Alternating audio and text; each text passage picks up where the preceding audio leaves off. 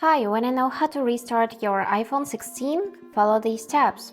So we have two ways. The first one is we can power off the phone by triggering Siri. So you can trigger Siri and ask her to restart or power off your phone, and then you need to confirm it by saying yes or tapping the button.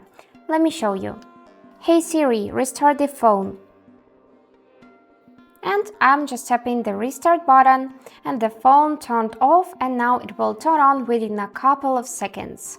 And the second way is the default one. You just need to press and hold the volume up and the side key buttons at the same time till you see the power off menu appears on the screen, and here you just need to slide to power off the phone, wait for it to turn off, and after that turn it on using the side button.